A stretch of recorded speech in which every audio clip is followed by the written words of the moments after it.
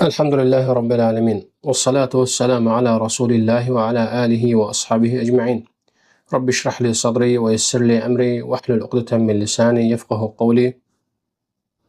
Allahumma allimna ma yenfa'una ve enfa'na bima allamtana ve zidna ilma. Amma ba'd.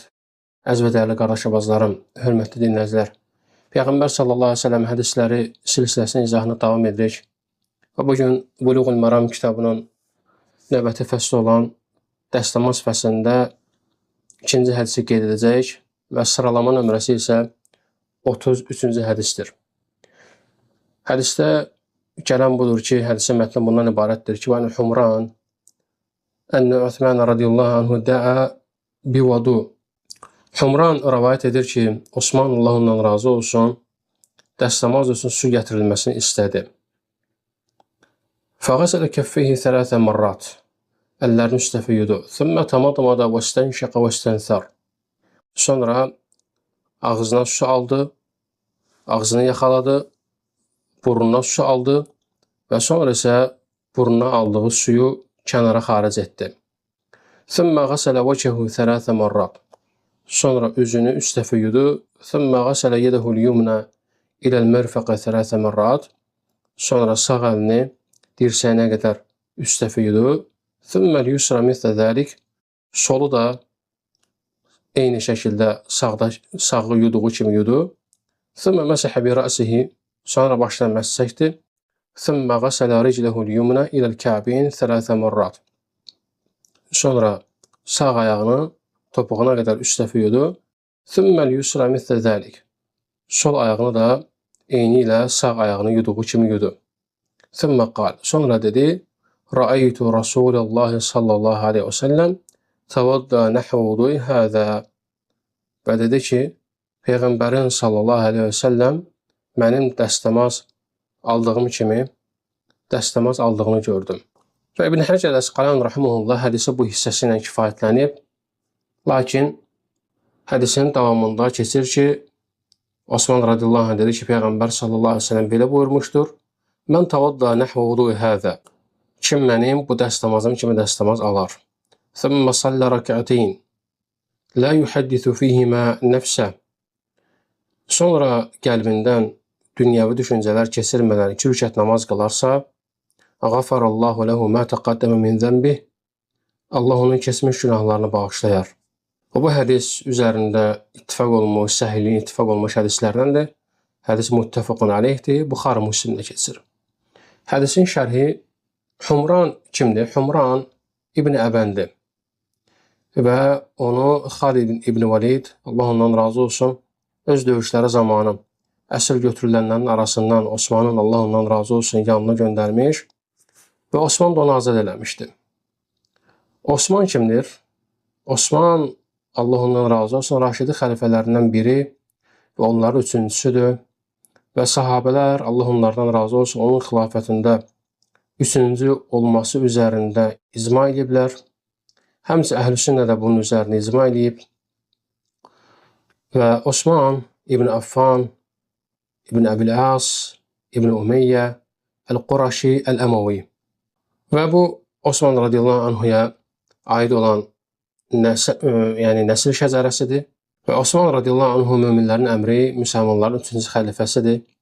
İslamı çox erkən dövrlərdə Əbu Bakır, Allah ondan razı olsun, onun vasitəsilə qəbul edib və hər iki hicrətdə də iştirak eləmişdir.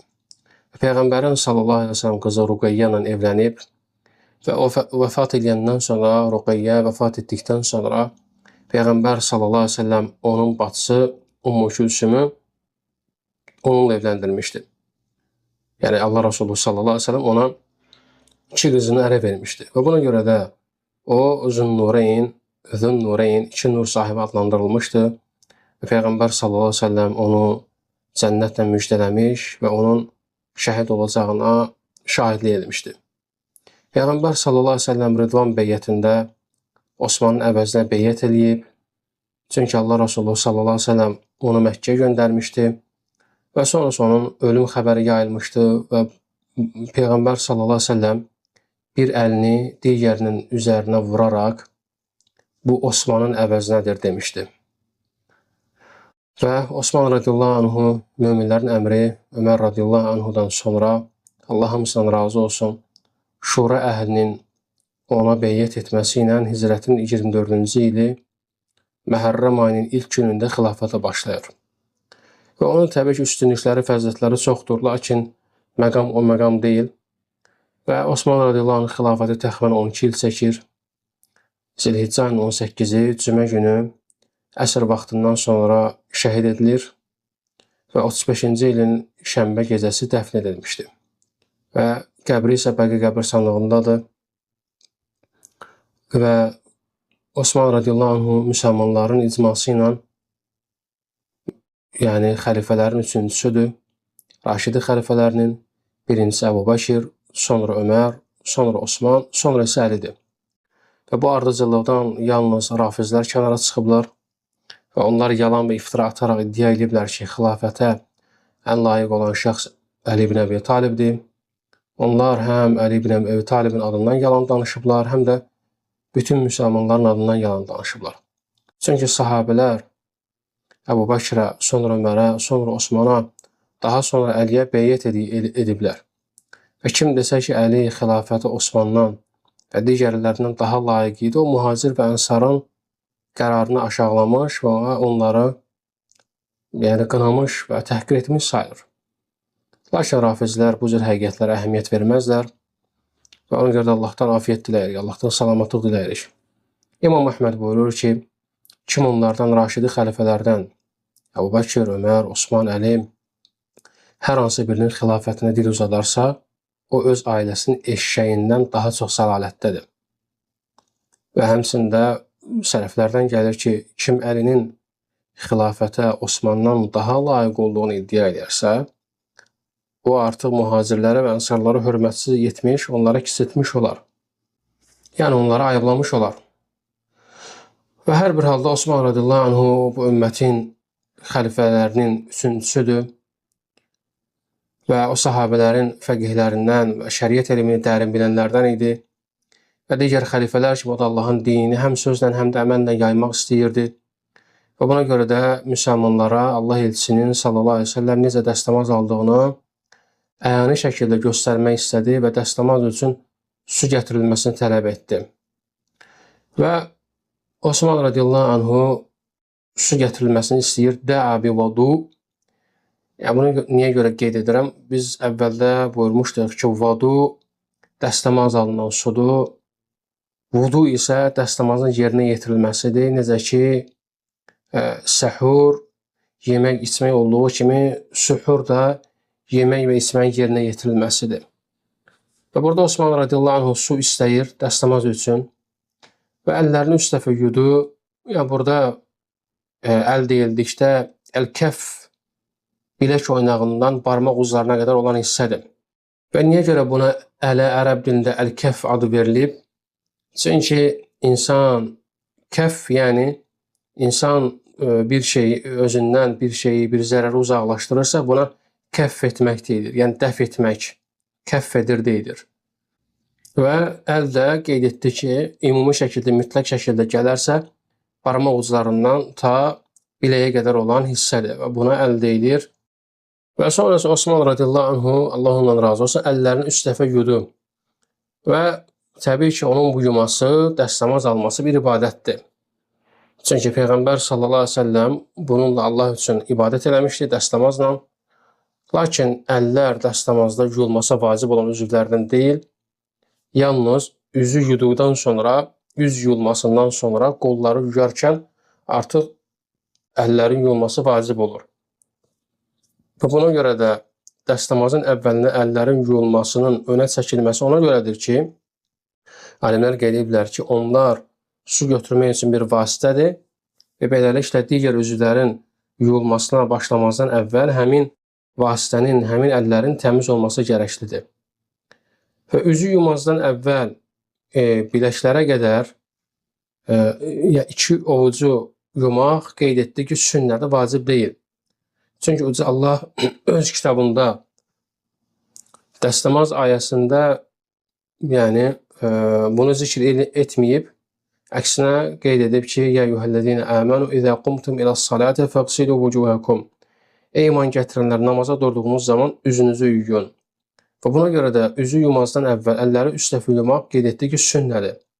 Əgər insan bunu eləyərsə, dəstəmaza daha kamil olar və bu əfsəl olanıdır. Yox, əgər etməzsə, birbaşa üzü yumaqla başlasa, dəstəmazı keçərlidir, düzgündür. Və sonra isə ağzını yaxaladı. Deməli, yəni madmada etdi. Buna ərəblə madmada deyilir. Madmada, ağzı yaxalamaq, suyu ağız daxilinə hərəkət etdirməkdir. Yəni, ağzına su aldı və onu ağzının içərisində hərəkət etdirdi. Və sonrası burnuna su çəkdi, yəni istinşaq etdi. İstinşaq, burnuna su çəkmək, suyun burnun daxilinə, içərisinə nəfəslə çəkilməsidir. Və sonrası istinthar burnu təmizləmək. Yəni, buruna çəkilən suyun geri çıxarılmasına buna istinthar deyilir. Və təbii ki, madmada və istinşaqın, ağza su almağın, buruna su almağın alimlər 5-6 formasını qeyd edirlər. Lakin səhih olan odur ki, Allah daha doğrusunu bilir, bu hərəkəti bir ovuzdan yerinə yetirmək mümkündür. Yəni, bir ovuza su alınır və həmin ovuzda olan sudan həm ağza verilir su, həmçində buruna daxil edilir. Və beləliklə bu proses ən azı bir dəfə, ən çoxu 3 dəfə yerinə yetirilir. Yəni, ikisi bir arada edilir. Ağza su almaqla buruna su almaq ikisi bir arada edilir. Və sonra isə üzünü 3 dəfə yudu. Üz ümumiyyətlə qarşılaşdıqda görünən hissədir. İnsanın yəni biri ilə qarşılaşdıqda gördüyü hissə üz adlanır. Alimlər onun hüdudlarını, həddini bəyan ediblər. Deyiblər ki, uzununa hədd alnın əyildiyi döngədən, hissədən başlayır və bitmə hissəsi isə yəni çənənin aşağısına qədər olan hissədir. Eninə həddi isə bir qulaqdan digər qulağa qədər olan məsafədir. Deməli, ağza, buruna eyni anda su alındıqdan sonra, həmçinin burundan su xaric edildikdən sonra üz yuyulur. Üzün də yuyulması alnının həmin əyildiyi hissədən ta ki çənənin sümüyünə qədər bu hissə və həmçinin eninə 2 qulaq arası olan məsafə bu hissə tamamilə yuyulmalıdır. Və sonrası ondan sonra sağ əli dirsəyə qədər 3 dəfə yumaq və dirsək də insanın söykəndiyi üzvdür insanda, hansı ki, insan necə ki deyirlər, dirsəkləndi, hansı ki, dirsəyin üzərində oturur və bu da bazu sümüyü ilə said arasındakı birləşdirici oynaqdır. Bazu sümüyü qolun yuxarı hissəsində olan sümükdür və aşağı hissəsində olan sümük isə said sümüyüdür və bunun arasında olan həmin hissə, toqqa kimi görünən hissə dirsəkdir və dedik ki, mirfaq adlanmasına səbəb, yəni buna ərəblə mirfaq deyilir, yəni insan ona söykənir, yəni ona dirsəklənir. Və sağ əl dirsəyə qədər 3 dəfə yuyulur və birinci, yəni Osman radiyallahu anhu sağdan başladı. Çünki Allah Resulü sallallahu aleyhi ve sellem yəni həmişə yaxşı işlərdə yəni soldan öncə sağdan başlayardı və bütün işlərində, çox işlərində Allah Resulü sallallahu aleyhi ve sellem sağdan başlamağı sevərdi. Deməli, sağ əl dirsəyə qədər yuyulur və dirsək də bunun içərisində, yuyulmanın içərisində daxildir. Dirsəklə bərabər sağ əl bütöv şəkildə yuyulur və yuyulma da deməli, barmaq uclarından başlayır ta ki, dirsəyə qədər dirsək daxil olmaqla bu yuyulma vacibdir. Qeyd etdi ki, dirsək də yuyulmanın içərisindədir. Çünki Allah Resulundan sallallahu aleyhi ve sellem sabit olub ki, o suyu dirsəyinin üzərində fırladar, hətta onu bazuya, yəni dirsəkdən yuxarı hissəyə başlayana qədər davam edərdi. Deməli, dirsək yuyulmanın içərisindədir. Dirsək mütləq şəkildə yuyulmalı vacibdir. Və buna əsasında deyirik ki, buradakı dirsəyə qədər hədd bildirsə də, sünnə bu həddin dirsəyin yuyulmaya daxil olmasına dəlalət edir. Və Peyğəmbər sallallahu aleyhi ve sellem Allahın kitabını və onun muradını insanların ən yaxşı bilənidir. Və sonra isə sol əlini də eyni şəkildə deməli 3 dəfə dirsəyə qədər Osman radiyallahu anhu yudu. Və sonra başına məs etdi. Məs, yəni su ilə isladılmış əlini başının üzərindən keçirdi. Və burada əvvəlki üzvlərdən fərqli olaraq məshi Osman radiyallahu anh cəmi bir dəfə eləyir. Hansı ki, əlləri 3 dəfə yudu, üzü 3 dəfə yudu, əlləri dirsəklərə qədər 3 dəfə yudu. Lakin məshi isə cəmi bir dəfə etdi. Yəni məshi 3 dəfə təkrarlamadı və həmçinin də bu məsihdə qulaqları qeyd etmədi və əksinə hədisdə qeyd olunan yalnız başına məs çəkmək qeyd olunmuşdur. Və burada təbii ki, Osman radiyallahu anh'ın başına məs çəkməsi, yəni başına bütöv şəkildə başına məs çəkməsidir. Yaxşı, bəs başın həddi hüdudu hansı hissədir? Məsin çəkilmə hissəsi üz tərəfdən alnın əyildiyi yer başlanğıcı, arxa tərəfdən boyun ta boyuna qədər, yan tərəflərdən isə saç bitən yerlərdir. Və bu hüdudlar insanların əksəriyyətinə eynidir və beləliklə baş qeyd etdiyimiz şəkildə bütöv şəkildə məs edilir. Və hədisdə qeyd etdi ki, qulaqlar zikr edilmədi və buna cavab olaraq elm əhli buyurur ki, bir şeyin qeyd edilməməsi onun yoxluğu və ya inkarı demək deyil. Əgər başqa bir yolla, digər hədislərlə qulaqların məs edildiyi bizə gəlib çatıbsa, bu həmin hədislə ziddiyyət təşkil eləməyir. Və ona görə də Əhməd, Əbu Davud, Tirmizi və İbn Məcədə baş ilə birlikdə qeyd olunmuş ki, qulaqlar başın bir hissəsidir. Qulaqlar başın bir hissəsidir. Yəni qulaqlara da məs edilir. Qulaqlara da başa məs etdikdən sonra yəni insan baş barmağı deyil, ikinci barmağı ilə yəni baş barmağın yanındakı barmağını qulaq deşiklərinə daxil edərək, yəni həmin o barmağı qulağının hər bir yəni deşiyində yəni fırladır, təmizləyir qulaq deşiklərini və həmçinin də bununla paralel, bununla bərabər baş barmaqları ilə qulaqlarının arxa tərəfini sürtməklə qulaqlarına məsh edir. Və qeyd eləyək ki, qulaq üçün ayrıca su götürməyə ehtiyac yoxdur. Yəni başa məs üçün götürülən su kifayət eləyir. Və sonra isə Osman radiyallahu anh sağ ayağını topuqlara qədər 3 dəfə yudu. Topuq da baldırın aşağı hissəsi ilə ayaq pəncəsi arasında birləşdirici rolu oynayan sağdan və solda olan 2 çıxıntılı sümükdür. Və bu topuqdur. Və topuqlara qədər sözü əvvəl dirsəklərə qədər sözü haqqında dediyimiz kimidir. Yəni topuqlar da yuyulmanın içərisinə daxildir. Və sonrası Osman radiyallahu anh sol ayağını eyni şəkildə sağı yuduğu kimi 3 dəfə solu yudu və dedi ki, mən Allah Rasulunun sallallahu aleyhi ve sellem məhz mənim bu dəstəmazım kimi dəstəmaz aldığımı gördüm. Yəni Osman radiyallahu anh Peyğəmbər sallallahu aleyhi ve sellem bu dəstəmazını yəni öz gözü ilə müşahidə eləmişdi.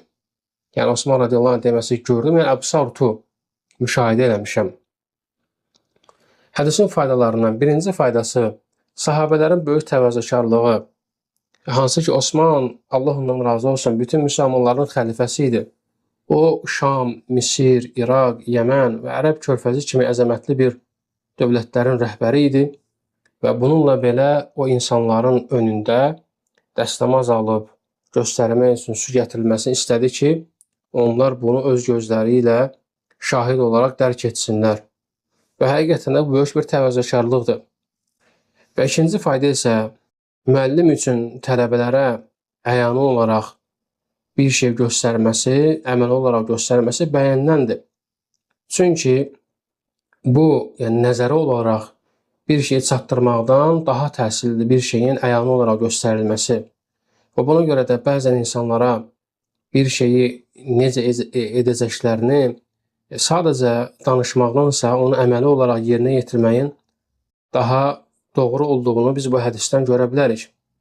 Misal olaraq, sən insanlara namazın necə qılındığını öyrətmək istədikdə, durub onların önündə namaz qılmağın onlara belə edin, belə deyin, belə hərəkətlər edin deməkdən daha xeyirlidir. Çünki əməli təsvir, yəni göstərmək sözlə deyilən təsvirdən, sözdən daha bəlağətli, daha təsirlidir.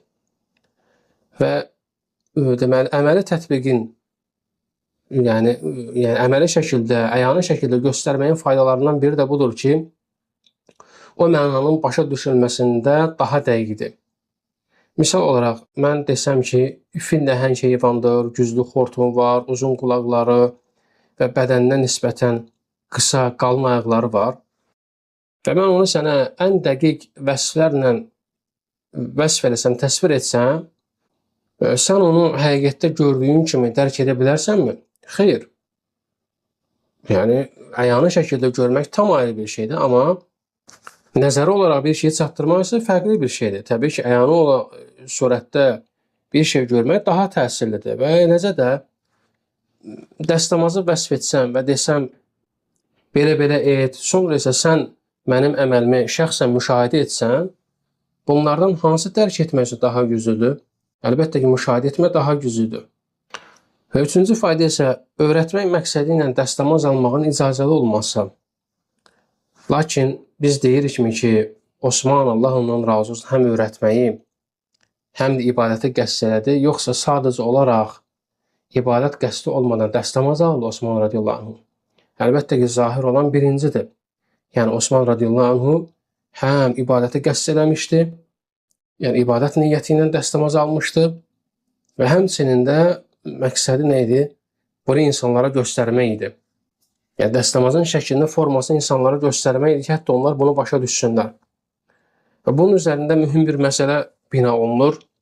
Əgər bir insan uşaqlara namaz qılmağı öyrətmək istəsə və namazı əvvəldən axıra qədər tam şəkildə qılsa, lakin yəni, namaz qılmaq niyyəti olmadan sadəcə onları öyrətmək üçün qılsa, biz buna şəriətə uyğundur deyirik, yoxsa deyirik ki, bu etdiyi əməl şəriətə uyğun deyil. Cavab olaraq alimlər qeyd edirlər ki, əgər o insan namazı hissələrə bölsə və uşağa desə ki, əllərini belə qaldır, sonra Subhanəkəllahumə və həmdik duasını de, sonra Fatihəni oxu, sonra Fatihəni oxuduqda bir surə oxu desə və bu minvalla onunla danışsa, sonra belə ruku et və belə de desə, bunda heç bir eyb yoxdur, heç bir problem yoxdur. Yəni, çünki bu insan şəkili göstərir, bu namaz qılmır. Lakin onun bu hərəkəti başdan ayağa bütöv bir namaz ibadət halına gətirməsinə gəldikdə isə, yəni uşağa namaz qılmağı göstərir, amma özü sırf namaz halındadır. Əlavə heç bir şey danışmır, əlavə heç bir hərəkətlər etmir və belə olduğu halda təlim məqsədi ilə o uşağa namazı öyrətsə də, ən üstün olan odur ki, o bunu həm ibadət, həm də təlim məqsədi ilə eləsin ki, həm faydalansın, həmçinin də fayda versin.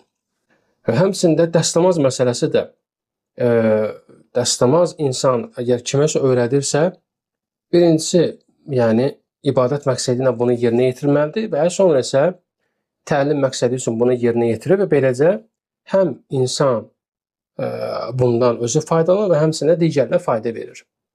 Və buradan başqa bir məsələ ortaya çıxır. Bəzi insanlar kinolarda və yaxud da teatrlarda, tamaşalarda bir insanı sadəcə təmsili olaraq namaz qılan vəziyyətdə göstərir və bu da təbii ki, onlara haramdır. Yəni, bir insan özü namaz qılan kimi bu şəkildə kinoda və yaxud teatrda göstərməsi haramdır. İbadətlərin zarafat, əyləncə və bu kimi məqsədlərlə təmsil edilməsi, canlandırılması icazəli deyil.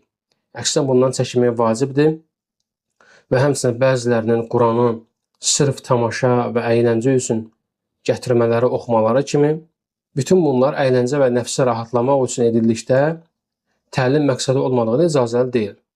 Təbii ki, bir məsələn qeyd edək ki, İslam dini nə teatrlar, nə kinolar bu kimi şeyləri qəbul etmir. Çünki əsl olan odur ki, hadisələr Peyğəmbər sallallahu əleyhi və səlləm hədislərinə və həmçinin Uca Allahın kəlamından götürülür və insanlar üçün örnək olan, nümunə olan, düstur olan Allahın kitabı Peyğəmbər sallallahu əleyhi və səlləmin səhih hədisləridir.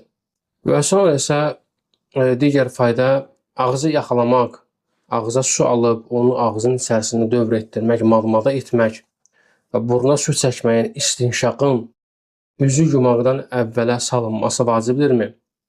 Cavab, alimlər qeyd edir ki, xeyr, vacib deyil. Yəni, əgər bir kəs əvvəlcə üzünü yusa, sonra malmada eləsə, ağzını yaxalasa və burnuna su çəkib təmizləsə, yəni istinşaq etsə, bunun heç bir problemi yoxdur. Lakin qeyd edilir ki, əfsəl, daha yaxşı olanı odur ki, ağız və burunla başlamaqdır. Çünki malmada və istinşaqda, ağzı yaxalamaqda, buruna su alıb onu təmizləməkdə, yəni daxili üzvlərin təmizliyi var. Və onların təmizliyi ilə başlamaq isə zahiri, yəni üzü təmizləməkdən daha önəmlidir. Çünki üz zahirdə görünəndir. İstinşaq qeyd edilir ki, buruna su çəkməkdir. Buruna insan suyu çəkir. İstinthar isə burundan həmin suyu xarica püskürtməkdir. Və malmada isə ağza su alıb həmin suyu ağzın içərisində dövr etməkdir, ağzı yaxalamaqdır. Yaxşı, bu qeyd etdiyimiz üçü vacibdir, yoxsa sünnə? Madmada və istinşaq barəsində alimlər qeyd ediblər ki, bu vacibdir. Ağzı yaxalamaq, buruna su almaq, buruna yəni suyu çəkmək bu vacibdir. Və buna sübutlardan biri Peyğəmbər sallallahu əleyhi və səlləm bu əməlləri daimən icra etmişdi. Əhməd, Əbu Davud, Tirmizi, Nəsai və İbn Məcədə gələn hədisdə Peyğəmbər sallallahu əleyhi və səlləm buyurur ki, "Bəliğ fil istinşaq illə an takuna saimə." Oruc olmadığın təqdirdə burnuna suyu dərindən çək, mübaliğə et. Burnuna suyu dərindən çək. Lakin suyu ağızdan və burundan çıxartmaq, püskürtmək qeyd edilir ki, bu vacib deyil. Lakin əfsəl olan odur ki, üstün olan odur ki, ağza və buruna alınan su xaricə çıxarılsın.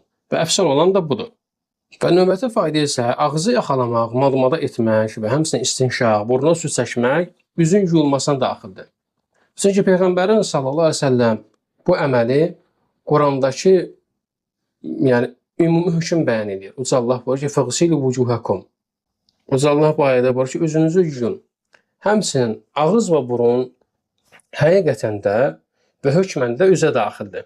Və bu qeyd etdiyimiz madmada və istinşaqı, ağzı yaxalamaq və buruna su çəkməyi vacib görməyənlərə bir dəlildir ki, yəni ağız və burun həm fiziki olaraq, həm də yəni hökmən üzün bir hissəsidir. Və növbəti fayda. Sağ və sol arasında ardıcıllıq, tərtib. Belə ki, Osman radiyallahu anhu sağ əllə başlayır. Yaxşı, bəs ardıcıllıq sağ və sonra isə sol, yəni bu tərtibin olması vacibdirmi? Cavab olaraq alimlər qeyd edirlər ki, xeyr, vacib deyil. Yəni insan solu sağdan öncə başlaya bilər. Çünki əllər, yəni ayədə qeyd olunur ki, əllərinizi dirsəklərə qədər yuyun. Əllər ayədə tək bir üzv kimi qeyd edilib. Və eydiyakum iləl mərafiqi, əllərinizi dirsəklərə qədər. Və ayədə sağ əlinizi, sonra sol əlinizi deyilməmişdir. Və növbəti fayda isə başa məssin edilməsi və başın yuyulmaması. Yaxşı, bir insan desə ki, başı məhs etmək əvəzinə yumaq kifayət edirmi? Ya dəstəmaz keçərlidirmi? Cavab olaraq deyirik ki, başı yumaq məhs etməyin əvəzinə keçmir. Çünki Allah-u Teala, Uca Allah baş üçün məhs etməyi əmr edib. Əgər kimsə onu yusa, əmrə müxalif çıxmış olar. Peyğəmbər sallallahu əleyhi və səlləm buyurub ki, kim bizim bu işimizə aid olmayan bir əməl edərsə, o rədd olunar. Və digər tərəfdən isə deyilə bilər ki, başa məhz çəkilməsi əslində qullara çətinlik olmasın deyə yumaq əvəzinə fərz edilmişdir. Və başı yumağın məhsi əvəz etməməsi rəyi doğruya daha yaxın olandır. Buna əsasən deyirik ki, əgər sən başını yumaq istəyirsənsə, o zaman yuduğun əsnada mütləq əlini də başın üzərinə çəkəni məhs et. Belə olduqda sən həm yumanı, həm də məhsi birləşdirmiş olarsan və dəstəmaz keçərli olar. Yəni, məhsin edilməsi insan iki əli ilə alnın əyildiyi hissədən başlayır və bütün yəni iki əlini başının bütün hissəsinə tutur ta ki yəni boyun hissəsinə qədər, arxaya qədər. Və birinci arxaya aparır və sonra isə geridən önə qaytarır. Və geridən önə eyni şəkildə iki əli ilə bütün başını əhatə edərək geri qaytarır ta ki həmin o alnının əyilən hissəsinə qədər. Və sonra isə digər fayda və bu mühümdür, bunu qeyd edeyim. Və bu hədis həm vacibləri, həm də müstəhəbləri, həm fərzləri, həmçinin sünnələri özündə cəmləşdirib. Bir müsəlmana yaraşan odur ki, bu əməlin vacib və müstəhəb olmasına baxmadan şəriətin əmrinə tabe olsun. Yəni biz əvvəl qeyd etdik ki, bu şey vacib deyil, müstəhəbdir, vacib deyil və yaxud da sünnədir, vacib deyil. Və təbii ki, biz bunları qeyd etdik. Lakin alimlər qeyd edirlər ki, elm əhli buyurur ki, əməlin vacib və müstəhəb olmasına baxmadan insan şəriətin əmrinə tabe olmalı və hətta o müstəhəb olsa da bunu yerinə yetirməyə çalışmalıdır. Və o bu əməlləri sadəcə Allahın şəriətinə boyun əymək, Peyğəmbərindən sallallahu əleyhi və səlləm tabe olmaq və savab qazanmaq üçün etməlidir. Hökmün nə olduğunu araşdırmaq, vacibdirmi yoxsa müstəhəb isə yalnız həmin əməl tərk edildiyi zaman lazımdır ki, tərk edilənin vacib və ya müstəhəb olduğu bilinsin. Və bu ibadət edən şəxsə aid olan bir haldır. Yəni, insan bir əməli tərk edib, soruşur ki, görəsən, tərk etdiyim şey vacib edir, yoxsa ki, müstəhəb. Əgər vacibdirsə, təbii ki, onu yenidən yerinə yetirməlidir. Yox, əgər müstəhəbdirsə, yenidən yerinə yetirməsinə, təkrarlamasına ehtiyac yoxdur. Yenidən ona etməsinə ehtiyac yoxdur. Yəni, buna görə insan tərk etdiyi şeyi soruşur və buna görə maraqlana bilər. Amma o demək deyil ki, mən vacibləri yerinə yetirim, müstəhəbləri də bilim, amma müstəhəbləri tərk edim. Xeyr, yəni insan hətta müstəhəbləri bilir, öyrənir, sünnələri bilir, öyrənir və onları bacardığı qədər yerinə yetirməyə çalışmalıdır. Və elmi araşdırmaya və hökmləri öyrənməyə gəldikdə isə hər birinin vacib və müstəhəbin hökmünü ayrı-ayrılıqda bilmək təbii ki, lazımdır. Lakin ibadətlər məsələsində insan baxmalı deyil. Vacibdir, müstəhəbdir, və yaxud da sünnədir, və yaxud da fərzdir. İnsan bunu ibadət olaraq yerinə yetirməlidir. Və düşünürəm ki, hələlik bu qədər kifayətdir. Yəni, bu Osman radiyallahu anhunun Peyğəmbər sallallahu aleyhi ve səlləmin dəstəmazını əyani şəkildə göstərməsi barəsi olan hədis idi. Və bu ilk hissədə, inşallah ki, növbəti hissədə hədisin izahını yekunlaşdıracaq. Yəni, burada bir çox məsələlər onlar qeyd olunmalı. Lakin vaxta görə düşündük ki, bu qədər bəs edər. Və qeyd edək ki, yəni, ola bilsin ki, biz burada bəzi şeylər var ki, onları tam təfsilatlı şəkildə indi qeyd edə bilmədik. Amma yəni, bilmək lazımdır ki, növbəti mövzularda inşallah hamısı bir-bir qeyd olunacaq. Və həmçində burada mən faydalardan qeyd etdiyim ki, əyani şəkildə göstərilməsi daha yaxşıdır bir şeyin, xüsusən dəstəmazın necə alınması, namazın necə qılınması. Lakin, əlhamdülillah, indi vəziyyət elə gətirib ki, yəni audio şəkildə olan bir yəni səs yazısıdır. Hər bir halda inşallah ki, nə vaxtsa imkan olarsa, vaxt olarsa bunu əyani şəkildə göstərməyə çalışarıq. Yəni bunu edə bilməsək də belə, yəni bildiyim qədər YouTube-da Peyğəmbər sallallahu əleyhi və səlləmin dəstəmaz alma forması sosial şəbəkələrdə mövcuddur. Yəni təbii ki, səhih şəkildə dəstəmaz alma şəklini, formasını mötəbər saytlardan və YouTube kanallarından əldə etmək mümkündür. Və bu qədər kifayətdir. Subhanəkəllahumma və bihamdikə əşhədu an la ilahə illə ent, əstəğfiruke və etûbü ileyk.